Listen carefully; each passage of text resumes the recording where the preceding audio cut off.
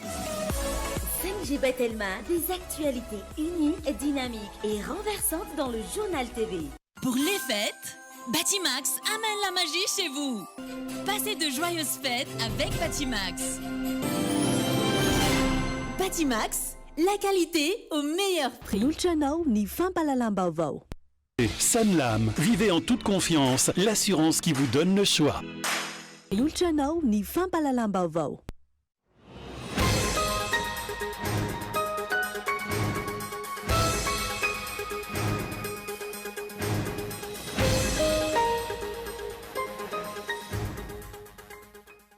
Nazava ny afatra nomen'ny fiangonana FJKM ho andro mpitondra ny fanesy sy mpitondra amin'izao fotoana mahakasika ny fiomanana sy ny fiatrena ny fividianana eto amintsika, indrindra ny resaka alabato.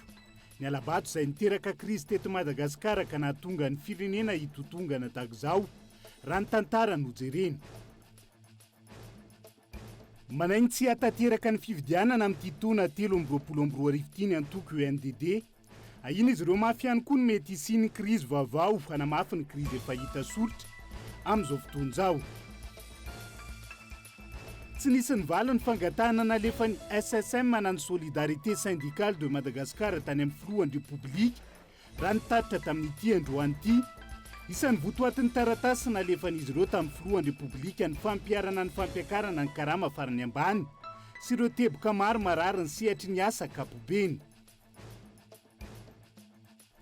Tombanana isy rivodoza iforona amin'ny ranomasimbe indiana ny alarobia ho avy izao raha ny fampitambavao avy amin'ny sampana mpamatatra ny toetry ny andro. Miatra avetrany araka izany ny filazana amin'ny loko maitso any amin'ny faritra Diana, Sava, Analanjorofo ary Atsinanana.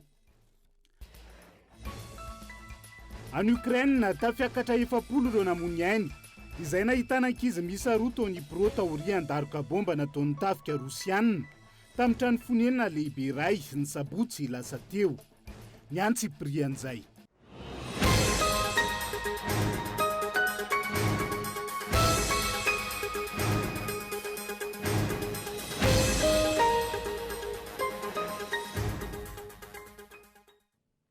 Alatsinainy fahenina amby folo ny volana janoary taona 2024 ankafaliana indray tomboky lahy sy tomboky vavy no hitsidiana ny tokantranonao amin'ity ala ity tonga soa atao anaty fotoana ny fampahalalam-baovao amin'ny fiteny malagasy atena ny arahaba ary manasa anao ihany koa anjo ny fampahalalam-baovao hatramin'ny farany.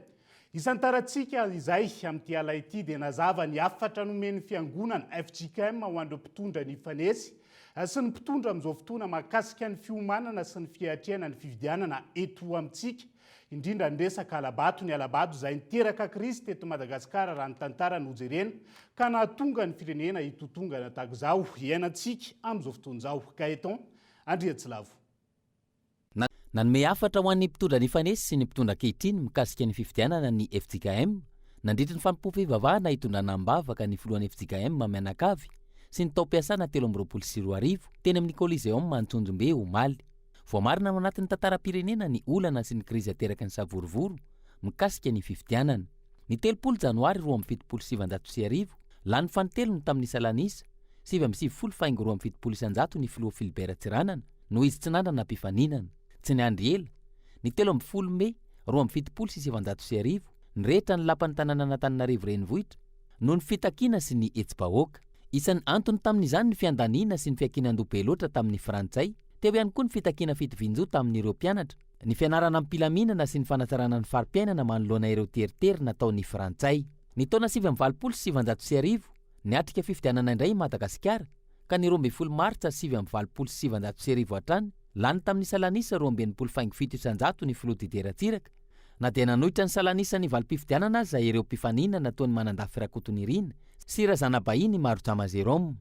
2 taona taty aoriana, izany hoe ny taona 1700 raikitra ny fifandonana teo amin'ny Hervelona izay notariny Profesora Zafelbert sy ny fitondrana Ratsiraka. Ny 10 Aogositra 1700 nirohitra nakeny amin'ny lapany avoloa ny mpanao fihetsiketsehana, mahery ny 50 ireo namoy ainy ary 300 ireo olona naratra mafy. Ireo no nitarika tamin'ny faresen'ny filoha Ratsiraka ka nahavoafidy ho filohan'ny Profesora Zafelbert ny taona 1700. Ny atrika fividianana indray Madagasikara ny taona 2020 niaraka tamin'ilay hoe premier tour de vie tahan'ny Ravalomanana. namoaka valim-pifidianana ny tao amin'ny ministeran'ny atitany ka 7 faingo 120 ny vato azon'ny kandidara valimanana ary 7 faingo 720 no azon'ny kandidara tiraka. Izany hoe tokony niatrika deuxième tour ireo mpifaninana roa ireo. Tsy nanaiky izany ny kandidara valimanana fa nilaza fa lany premier tour ary nanana ny antota taratasy feno ka nitaky ny anaovana ny confrontation des résultats amin'ny antota taratasy ananany ministera ny karakara fifidianana ka nitaona ny vahoaka idina andalambe. Nanao fanelanelanana ny vondrona iraisam-pirenena ny tarehiny OUA ary nanaiky hiatrika ny deuxième tour ny roa tonta. No niverina teto an-tanindrazana nefa ny kandidara valimanana dia nilaza fa lany fiodinana voalohany izy ary nanangana ny ACCA fa parallèle amoaka valim-pifidianana manome azy fandresena tamin'ny fiodinana voalohany. Naharitra enim-bolana ny faharetan'ny krizy tamin'izany ary ankoatra ny fidinana an-dalambe nisy ny fifamonoana amin'ny samy malagasy na teo anivon'ny tafika na teo anivon'ny samy olon-tsotra. Taorian'ny fifidianana ny 12 Desambra 2024 niverina indray ny premier tour de vita ary lany tamin'ny salanisa 450,770 indray ny filoara valimanana raha ny valim-pifidianana navoaka ny ministeran'ny atitany. Isan'ny nabe resaka tamin'izany ary nampisy aya tamin'ny valin'ny fifidianana ny filazan'ny fanjakana tamin'izany ny fisian'ny fahatapahan-jiro tao amin'ny kopôla tao anosy izay ivitoerana mikirakira ny antota taratasina ny PV avy any amin'ny faritra nandritry ny 2 andro ka nampiatona ny fivoahan'ny valim-pifidianana. Ny volana Novambra 2024 nanomboka niozongozona ny fitondrana valimanana noho ny antony maro samihafa. Isan'izany ny fanovana ny lalam-panorenana tamin'ny alalan'ny MAP ka ny filoha no afaka mitondra ny firenena araka izay itiavany azy.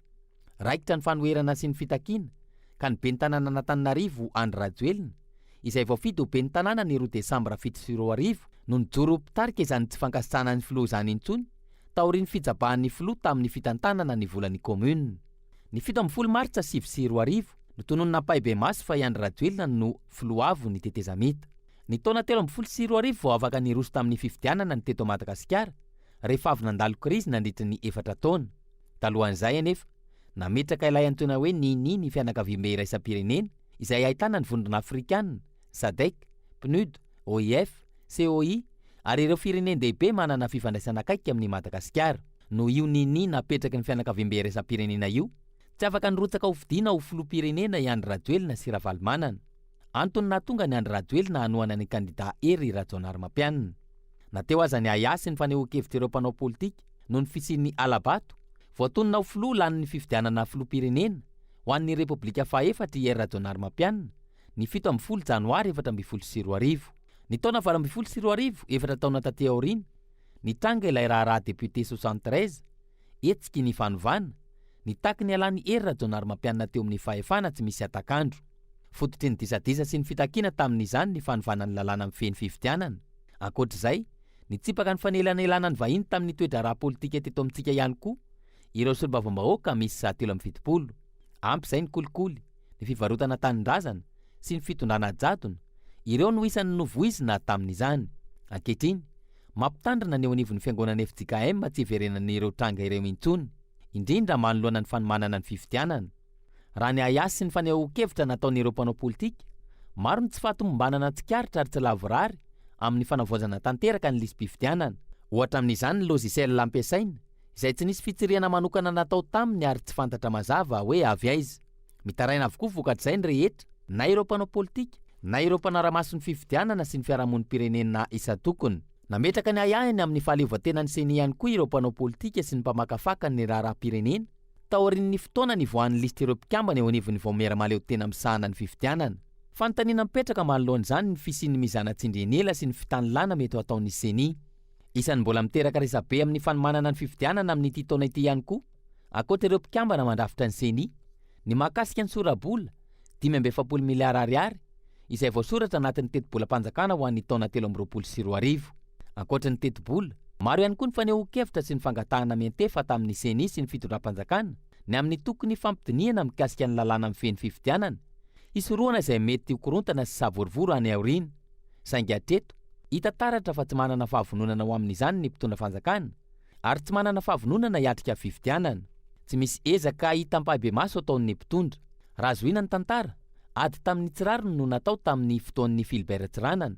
Nivadika ho fitakiana toerana politika kokoa izany taty aoriana ka niteraka ireo tolona samihafa toy ny tamin'ny taona 1,790, ny taona 1,200 ary ny taona 7,200 sy ny taona 8,200. Amin'ny ankapobeny ny fitondrana mahatsapa-tena fa tsy mamioditra intsony no nanodina ny safidim-bahoaka amin'ny resaka fifidianana ka niteraka ireo krizy nifanesy ireo. Vokatr'izany no natonga ny Madagasikara amin'izao toerana misy azy ankehitriny izao, ka nateo aza ny filazana fa isan'ireo firenena tsy mba niatrikady i Madagasikara dia tsy mitsahatra mitotongana ny firenena hatr'izay ka hatramin'izao. Reny le hoe aleo ny tantara no tsara ary samby mbola ho tsarain'ny tantara avokoa ao anatin'izay. Fa sarotra ny anantena fa ho tanteraka ny fifidianana izay irosontsika amin'ity taona 2022 ity. Hoy ny teo anivony antoko UNDD na Union nationale pour la démocratie et le développement. Manay mafy ny mety isian'ny krizy vaovao, hanamafy ny krizy efa hita soritra amin'izao fotoana ihany koa. Ny antoko raha ny faneho-kevitra Atrandry Kaheton Andriatsilavo.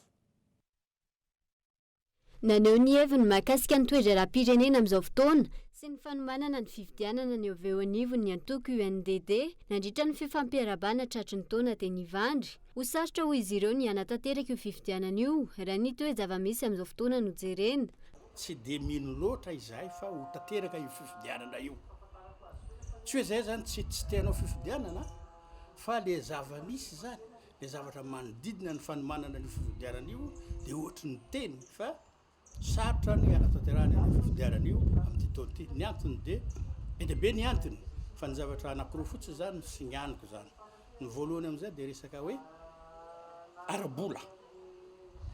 Araky ny fantatsika ny fifidianana voalohan'ny Repoblika dia tsy vitan'ny volantsika eto fotsiny fa misy fanampiana avy amin'ireo mpiara-miombon'antoko, anisan'ny indrindra ny Union Européenne. Raha mijery nefa tsika ny enony resaka nandalo teto Madagasikara ohatry ny be dia be zavatra kian'ny Union Européenne amin'ny fanomanana ny fifidianana ity zavatra anankiray zay. Zay mahatonga ny mieritreritra hoe mety ho sarosarotra ihany ny ahazoana famatsim-bola avy amin'ireo.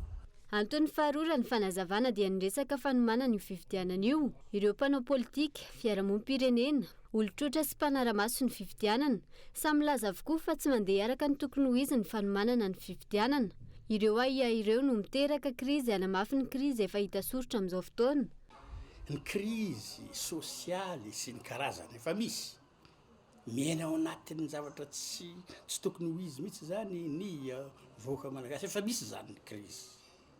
Fa ny zavatra azo lazaina koa zany fa efa misy ihany ny krizy politika pré-électorale satria tsy mifanaraka mihitsy ny mpanao politika sy ireo rehetrarehetra mieritreritra ny handray anjara amin'ny fifidianana io amin'ny zava-misy amin'izao fotoana efa misy zany krizy zany.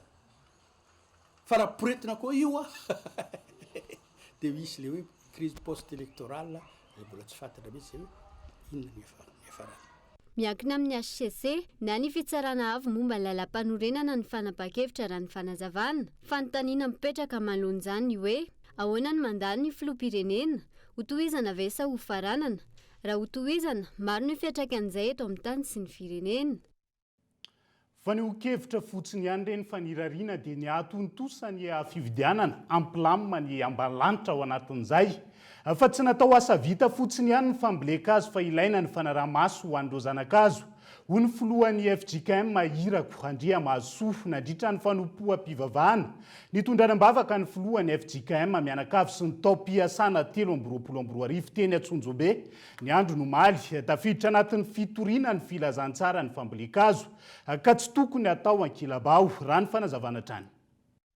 Taona ny asany taona 2022 hoy ny filohan'ny FJKM Irako Andriamasoa ka tafiditra anatin'izany ary tokony atao lahara-pahamehana ny famboleka-kazo ity fahazarana ity izay tsy atao ambanin-javatra na ho an'ny mpino-tsirairay na ho an'ny fiangonana.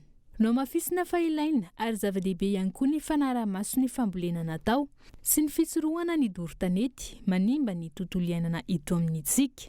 Zany zany antson'Andriamanitra amintsika taona ny asa ty taona ity miasa tsara miaraka amin'Andriamanitra isika.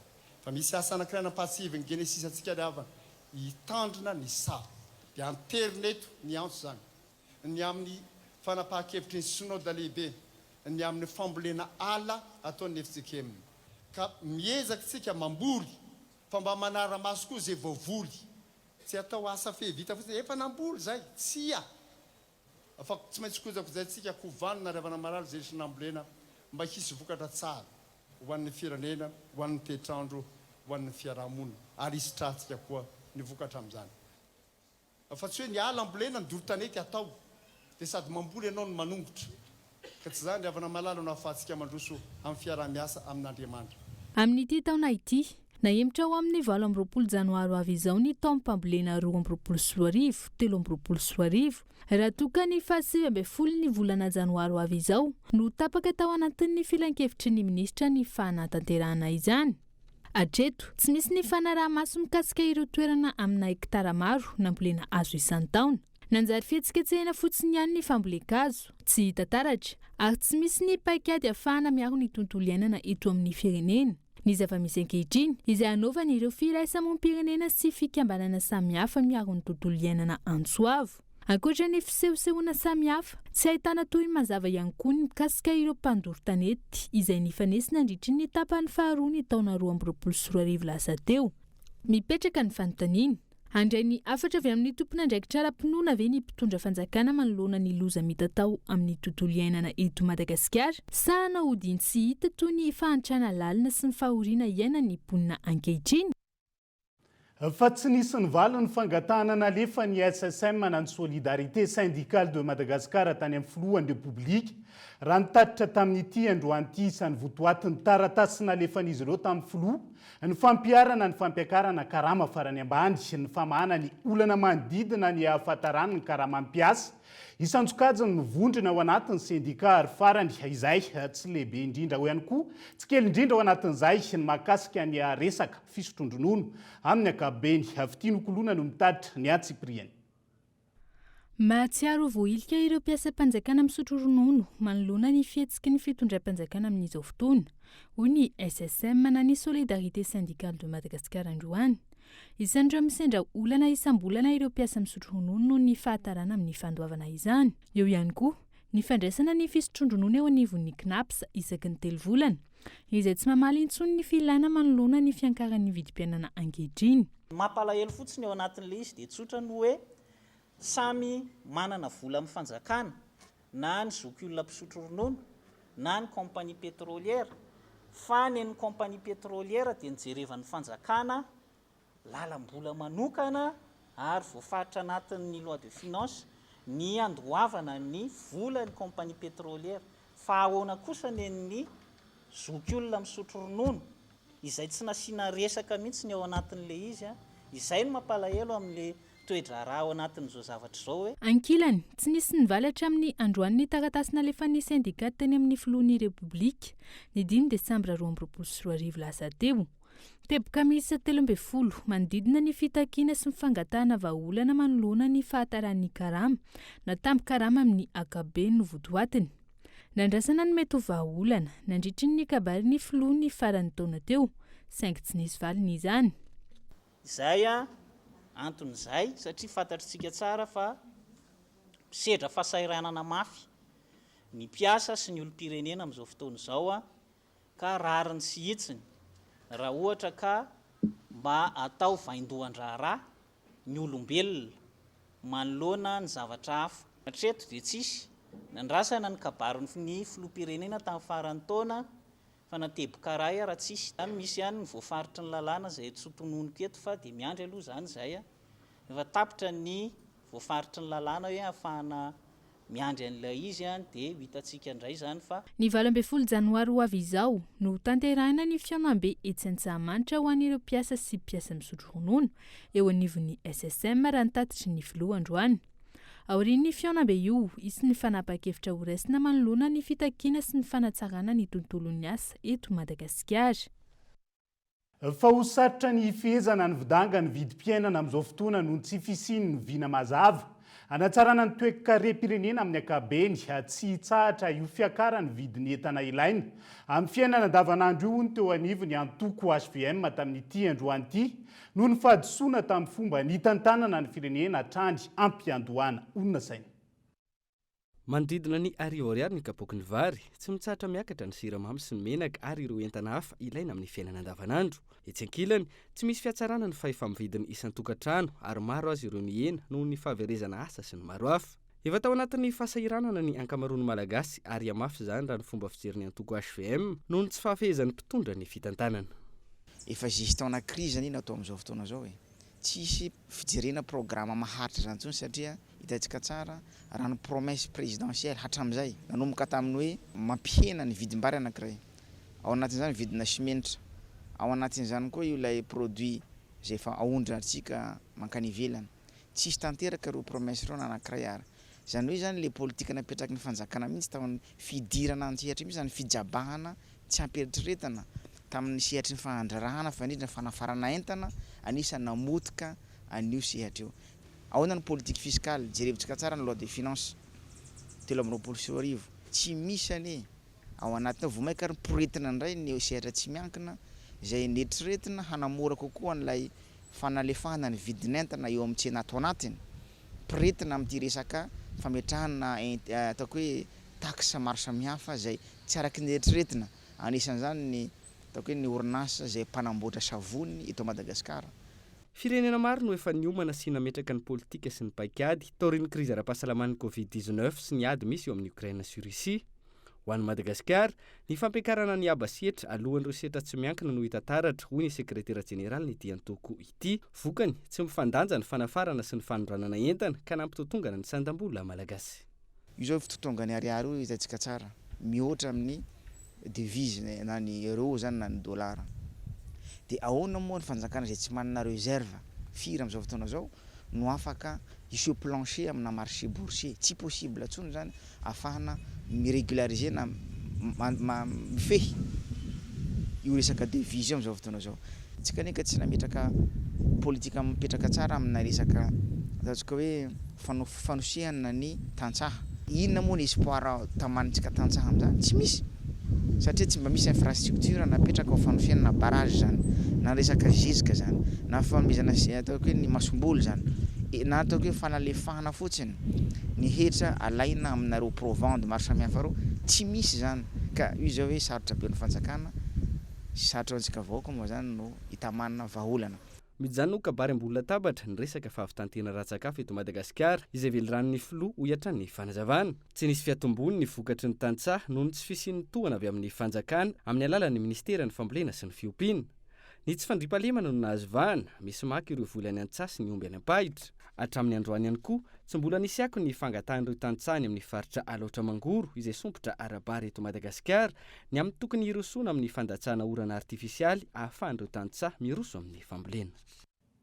Fahasahiranana mianjady ny isan'ny tokantrano zany fiakarany vidiny entan'izany amin'izao fotoan'izao fa ny fahasahiranana teraka ny faratsin-dalana any Antsiranana faharoa eo ihany koa ny Rivodoza izay ahina eforona ao amin'ny ranomasimbe Indiana ny Alarobia ho avy izao araka ny fampitambavao amin'ny sampana mpamatatra ny toetry ny andro rehefa avy eo no anarahantsika izay mandrapitafa vetivety ary.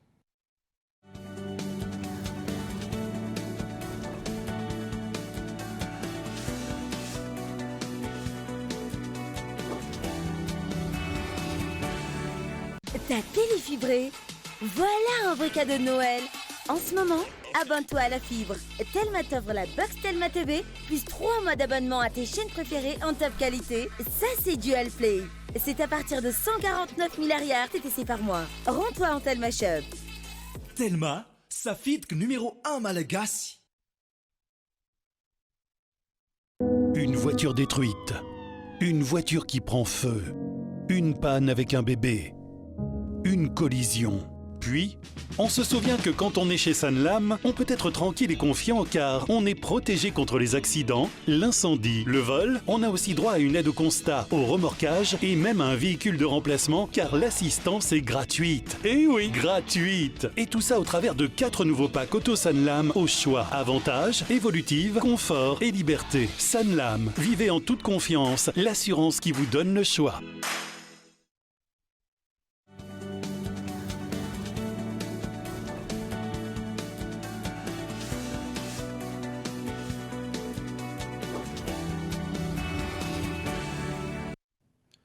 Mamenina ny arabatra ny tonga kilasy tonga vavy tonga soa indray atao anatin'ny tapany faharoa amin'ny fampalalam-bavao amin'ity ala ity. Avy hatrany dia taremarika makasika ny fivoarany antotanisa makasika ny Covid-19 no isantarantsika izay tapany faharoa amin'ny fampalalam-bavao izay. misy 8 ireo voamarina fa mitondra ny Covid-19 eto Madagasikara tamin'ny fitiliana 7,700 nataony 7 hatramin'ny 13 janoary raha nitatitra ministeran'ny fahasalamam-bahoaka omaly. Teto Analamanga avokoa ny 20 tranga vaovao, 3 an'ny faritra Matsiatra ambony ary isaky ny faritra. Ho an'ny faritra Itasy, Vakinakaratra, Diana, Atsinanana ary Atsimo andrefana tsy nisy ny namony ainy tato anatin'ny herinandro raha toka 5. Ireo anatin'ny fasarotana na ny forme grave mitotaly 7 araka izany ireo marary ny Covid-19. Mbola manaraka fitsaboana manena nosy hatramin'ny omaly. Lafomba vao hafa kosa indray dia mitaraina noho ny tsy fisina ireo mponina ao Benetsy amin'izao fotoan'izao faritra Atsimo andrefana iny. Misy ny fanampiana ataon'ny mpitondra fanjakana ho izy ireo saingy tsy tonga any amin'ny faritra Atsimo andrefana izany ka antony anaovana izy ireo antsoavo amin'ny ambaratonga pahefana Isantsokajany Gaeton Andriatsilavo. Mitohy hatrany ny antsoavo sy ny fitarainan'ireo mponina ao amin'ny faritra Atsimo andrefana noho ny tsy fisian'ny asa sy ny forongatry ny tsy fandriampahalemana. Maro amin'ireo tanora navita fianarana no mirenireny, tsy manana asa ivelomana noho ny tsy fisian'ny orinasa ao an-toerana. Tafiditra anatin'izany ireo mponina ao Benetsy. Raha fikambagna-behivavy mila orinasa. Zay ny raha takenay na an'izao mba ihasa koa raha fa raha tsy manana asa. Mangataka ny président. Raha koa zao raha mangataka ny président mba hamoa orinasa ndaha hamaray fa raha an'izao mijaly. Raha fikambagna-behivavy ny Benetsy. Angataina reo mba ngilany ma diplôme reo zao pra tsy misy asa hatao ndary kontiky petraka avao. Angataina mba mandeha egny mba homba vary, mba misy vary ngeny mba hoanana kay reo hay mosare. Tsy mbola misy fanampiana ara-tsosialy avy amin'ny fitondram-panjakana ho izy ireo. Tsy misy ny rotsakorana vokatry ny fiovan'ny toetrandro, tsy mamokatra ny tany ary tsy zarizary ny fiompiana izay isan'ny fotom-piveloman'ireo mponina. Misy koa ngombonay matimaty nanaiky zao tratsy bekarafoky agnatin'ny aly misy andrazo ao. Laha nandeha reo tsy saran'izay avao koa. Ka ny tia ho volagny iresaha igny. Mangataka aloha ary miala satroky 100 tokony handeha fa raha atoy tsy afamosary toy. Ao gn'androy ao henaniky zao magnagny avao vatsy zao. Vary tsinjo zao. Raha atoy tsy hitanay raha zao nefa atoy mosare. Vasa ino dikandre zao. Vatsy hazo ambany agny ndraiky koa rory hatao hata hiketreha. Ka ny dikan'izay tsy mandeha batolary zao fa simbaly io. Ry pakala toy mijaly olo. Tsy misy ranonora zao. Tsy misy rano tanimbary tsy misy rano iaby noho ny vokatsy tsy viaviany ny ranonora. Raha natotanisa voaray, ny folo isanjato ny tany azo volena ihany no misy vola ankehitriny.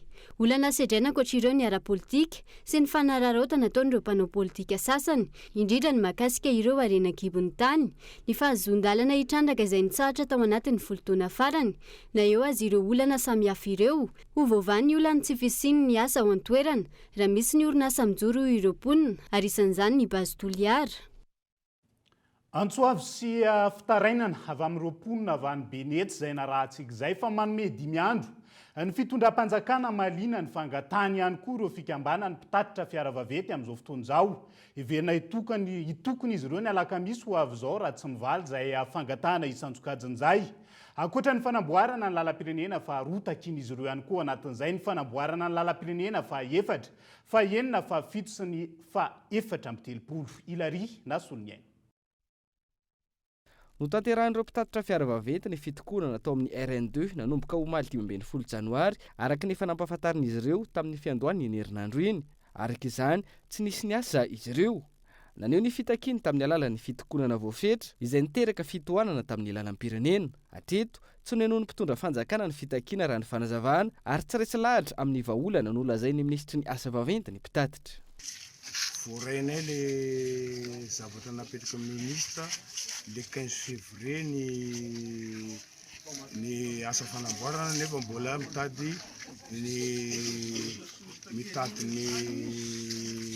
ino ty ny ireo anotolobidy de tsy mety aminay topokely loatra zay mangataka mba hanaovana ny apalaky ny asa zany apinany asina terrassement manao terrassement amle lavadavaka mba hahafahanay mandeha de lana amle conteneur mitongilana mety hiteraka accident mahatsiravina atao terrassement amina bulldozer na ohatran'izany mandra-pahatonga an'le 15 février zay zany mba hahafahanay miasa.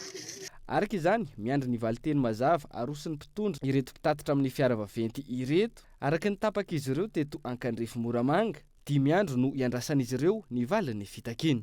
Ny zava-misy zany rehefa fandinika teto zay sofera marina fa tsy hanararoatra zay hoe hitokona dia tsy handeha na dia hoe fantatra raha fa zahay niozatra mampihetsika an'ity fireneny ity eo amin'ny resaka fampitaovana amin'ny tsirairay satria ny camion rehetrarehetra no mifameno dia afaka miodina ny société tsy hanararoatra zay ho zay hoe tsy maintsy hijanona hitokony eto fa kosa zay mangataka valiteny mahafapo ao anatin'ny 5 jours mba omenareo valiteny zahay camionniera reto fa matsiaro mijaly loatra zay amin'ny lalana ao aorinan'ny 5 jours ngamba dia mety somary anaraka etapy enjakenzana zany sofera ao aorinan'izay. Noraketina antsoratra avokoa ny fitakina ka nalefa nivantana any amin'ny ministry ny asa vaventy iandrasana ny valiny mahafapo ao anatin'ny fiam-potoana voafetra. Mandeha nora mandeha ny fotoana haingana ihany zany 5 andro zany asa ho voavaly ao anatin'izay ve zay fangatana isan-tsokajiny napetraka ireo mpitatitra fiara vaventy zay fa miaina anaty fahasahiranana noho ny faratsian-dalana ihany koa ny mponina mipetraka ao Antsiranana faharoa amin'izao fotoana izao indrindra amin'izao fotoam-pahavaradrao isan'izany ny ao amin'ny commune ambanivohitra Joffreville toeran'izay mpamokatra letsia ary mamatsy ny mponina Antsiranana amin'ny ankabeny. Kolo Antsiranana. Tsy misy fiantraikany amin'ny vola miditry antokantranon'ny mpamokatra letsia ity toam-piotazana ity na dia tsara aza ny vokatra noho ny aratsian-dalana. Raha ny eto Joffreville izay toerana anisan'ny be mpamboly letsia ato agnatin'ny distrika ny Antsiranana faharoa dia lany hevitra ny mpamboly zara raha tonga aty Diegoville ny vokatra noho izay lalana ratsy zay ka lafo vidy ny tambarotra ny varotra ny toerana raha teo zara raha misy mpividy. Letsia efajato tsisy prix e. Na tsisy prix. Lalagna ratsy vola tsisy. Tsy mandeha raha. Atao feky nazahoagna hely nanambary. Tsisy prix e. Ho an'ny mpitatitra dia saika isan'andro no mividy ireny kojakoja ny fiara ireny noho n'izay aratsian-dalana zay ihany. Problème ato lalagna ratsy fa ato misy vokatra misy passage fa tôbily jiaby maty vola azo hely igny lasa vidigna pièce presque lasa perte miasa amin'ny lalagna mba zavanareo fanjakana edy zao. Miavitsy ny fiara mpitatitra miasa mankaty Diego Sorez amin'izao fotoagna zao noho zay lalana izay araka ny voalazan'ny tompon'andraikitry ny fiantsolana eto Diego Sorez. Ny lalana moa tegna miaratsy satria navy mafotoana ny fahavaratra zao ty tatsika malala mbola tsy nikivitra i lala iny koa fa tsy nanjary edy izy io zegny misy conséquence be hoe zegny aminay tegna na aminay izy io na mpandeha satria malegny le olo voalohany mandeha io koa zegny ny tompony tomobily malegny zegny zampiasa tomobilinazy satria oroboka fo or zegny tsy rentable zegny le fiasagna amin'ny asa ke izy io iarahantsika mahalala amboarigny malala fa tsy mandeha dia sarotro be tegna amintsika volagna zao moa zara zegny raha misy olo mandeha Antananarivo tsika volagna zao. Ary ny ambanivolony régional karakory? Ambany régional mbola misy mandeha ihany ny olo mandeha fa le ny tompony fiara fo zegny ny matetiky tsy mampandeha tomobilinazy. Misy ndraikindraiky zegny izy katona amin'ny mandeha sambava moa manapaka be zegny le bureau eo dernière minute zao zegny mahita tsy andeha koa tompony tomobile lalagna zay ratsy e ke ndraikindraiky zegny izy nahiragna zay zegny désorganiser le asanay. Raha tsy voavaha ity olany faratsian-dalana ity araka ny nambara dia mety tokamonina Diego Sorez na koa tsy ho takatra ny fahafahan'ny vidiny ny mponina ny fiakarany vokatra izay ilain'ny mponina andavanandro izay tsy mitsahatra miakatra amin'izao fotoana izao. Fiatraikany faratsian-dalana avokoa zany rehetrarehetra zany fa hiverina eto Antananarivo renivohitra isika ao anatin'ity vaovao manaraka ity mpifaninana ho polisy munisipaly sy mpamonjy vona miisa 900 tamin'ity androany ity no natao fizahampahasalamana tetsy Anosipatra na tanjona ny amantarana ny toe-pahasalamana ny mpifaninana tsirairay ao anatin'izay ahafahana manivana izay ho raisina orian'izao kiondalina farany amin'ny fandraisana azy ireo zao ny hetsika moa zany izay atao mandritra ny 3 andro eny amin'ny toerana Danila Mino Arso. Polisy munisipaly misy 400, mpamonjy vonina misy 100, ireo no andian'ny vaovao raisina eo anivon'ny kominina Antananarivo renivohitra aorian'ny fizahampahasalamana anatrehan' ireo mpifaninana misy 100 androany tetsy amin'ny tombony munisipaly Anosipatra na rano fanazavana.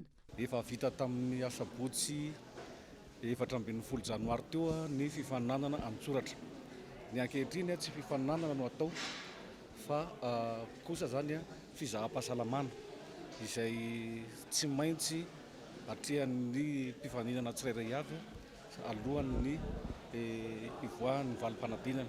Ty raha olona tsy salama no hiatrika fiofanana dia mety tsy ahatototosa ny andraikitra zay ankinina amin'ny zareo.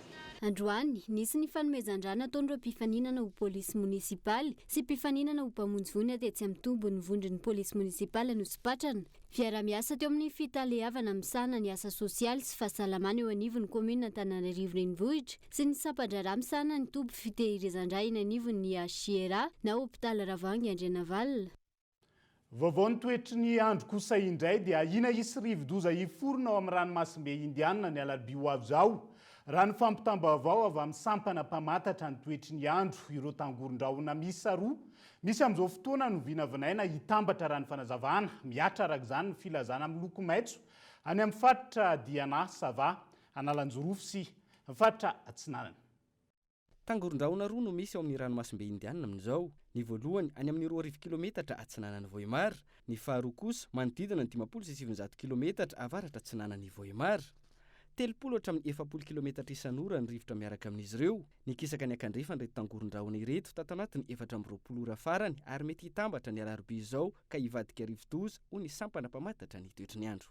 Raha araka ny vinavina dia hitambatra iray ireo tangoron-drahona ireo ho amin'ny rampitso na ny alarobia hoany ary ahina ny mety hivadian'ny rivo-doza ao anatin'izay fotoana izay. Ny azo antoka aloha hatreto dia mikisaka manatona amin'ny Madagasikara ireo tangoron-drahona ireo ary manambana any amin'iny faritra avaratra sy avaratra Atsinanana Nosy iny. Arak'izany dia mety ho betsaka kokoa ny rotsakorana any amin'ny faritra avaratra sy avaratra Atsinanana manomboka amin'ny alarobia izay satria anakorotana ny toetry ny andro an-tanety sy an-dranomasina izy manomboka amin'ny alarobia ho avy izao. Ho fiomanana amin'izay mety ho fivadian'io rivo-doza izay na azo filazana amin'ny loko maitso na fanairana ny amin'ny faritra Diana, Sava, Analanjorofo ary Atsinanana raha ny fampitambavao voaray avy amin'ny sampana mpamantatra ny toetrandro hatrany. Tontolon'ny fanatanjahantena kosa indray dia nandresina nolona ny Ghana ny Barea amin'ny Madagasikara alina tamin'ny lalao voalohany amin'ny tranona izay atao any Algeria. 2 ray no nandresentsika ny zareo Ganiana ary tsory tokona antenaina Olivier no voaositra ho homme de match nandritro arao ao anatin'ity horonan-tsary manaraka ity ny fitin'izay lalao ny tanterahana omaly izay. Slippery surface coming to yield the play of the Madagascar team and a shot and a rebound. We have a goal in Constantine and the people in Madagascar will say Mia Baka. And now a pass given away, a chance coming up here on a silver blade. Goal number 2! To at least get an equalizer, and then a mistake like this is committed, and then now it's 2 goals. Get into position area, nice attack here coming in. That was a swiveling ball from out of nowhere. That is a worldie. And the referee brings the game to a close. Full time, Madagascar 2, Ghana 1. Itsika no nahazo an'izay fandresen'izay fa ho an'ny Ukraine vetivety sika ao anatiny ity maresaka iraisan'ny pirenena ity. Tafiakatra 70 ireo namony ainy izay nahitana ankizy misy 2 tao Dnipro. Taorian-daroka bomba nataon'ny tafika Rosiana tamin'ny trano fonenina lehibe iray ny sabotsy lasa teo. 10 naratra nandritro ratoka 30 ireo tsy hita popoka hatreto. Manameloka ny fahanginany vahoaka Rosiana manoloana ity trango ity amin'izao fotoana izao ny filoham-pirenena Ukrainiana. Ny toy androany ny asa fikaroana ireo ny arambona tao aorian'ny daroka-bomba nataon'ny tafika Rosiana tamin'ny trano lehibe iray tao amin'ny tanàna Dnipro any Ukraina ny sabotsy lasa teo hatramin'ny omaly alahady tsy nitsahatra nanao ny famonjena ireo traboana sy ny fitadiavana ny nofo mangatsiaka an'ireo namony aina nandritra ny fianjeran'ny fototra-avitrasa ireo mpamonjy vona. Misy 570 ireo efitrano nandrafitra ity trano lehibe ity ary rihana roa ny aran'ny daroka-bomba raha ny fampitam-baovao hatrany. Ampolony mahery ireo naratra nandritra izany ary manodidina ny 30 ireo tsy hita hatreto. Amin'ireo 700 namony ainy, misy 2 ireo ankizy raha ny fanazavana. Ankilan'izay, tapaka ankehitriny ny famatsiana herinaratra ho an'ireo mponina 2 ao amin'ny tanàna Dnipro. Misy 3 ireo daroka-bomba nataon'ny Rosia tany an-toerana ny sabotsy lasa teo, miampitifitra maherin'ny 500 raha ny fanambarana nataon'ny etat-major'ny tafika Ukrainiana. Nanameloka ny vahoaka Rosiana ny amin'ny fahanginan'izy ireo manoloana ity tranga ity ny filoham-pirenena Volodymyr Zelensky. Mifarany toeny koa ny fotoanantsika ho an'ny androany, naiza misy anao, ankasitrany ianao ny ara-dalana taminay. Tao anatin'izay 70 minitra katroka ny tondrana ny fampahalalam-baovao zay, mbola maro mifandarana. Hoentina aminao amin'ity ala ity ka isan'izany ny 100% foot sy ny kasport izay iopana betsaka makasika ny maresaka ara-panatanjahantena. Izay anasana anao hatrany, mandrapitafa ho amin'ny raha mipitsondray ary tomboko lasy tomboko vaveloma tompoko.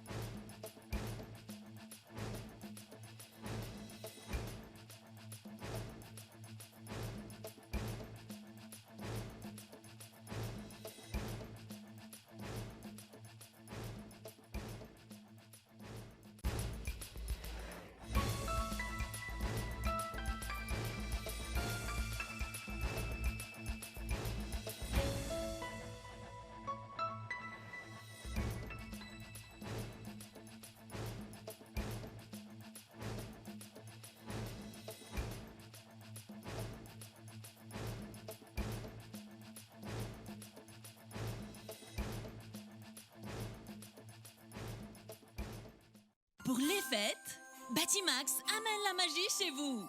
Passez de joyeuses fêtes avec Batimax. Batimax, la qualité au meilleur prix. Vous a présenté Nivava. Sanlam, vivez en toute confiance, l'assurance qui vous donne le choix. Vous a présenté Nivava. 5G Batelma, des actualités unies, dynamiques et renversantes dans le journal TV.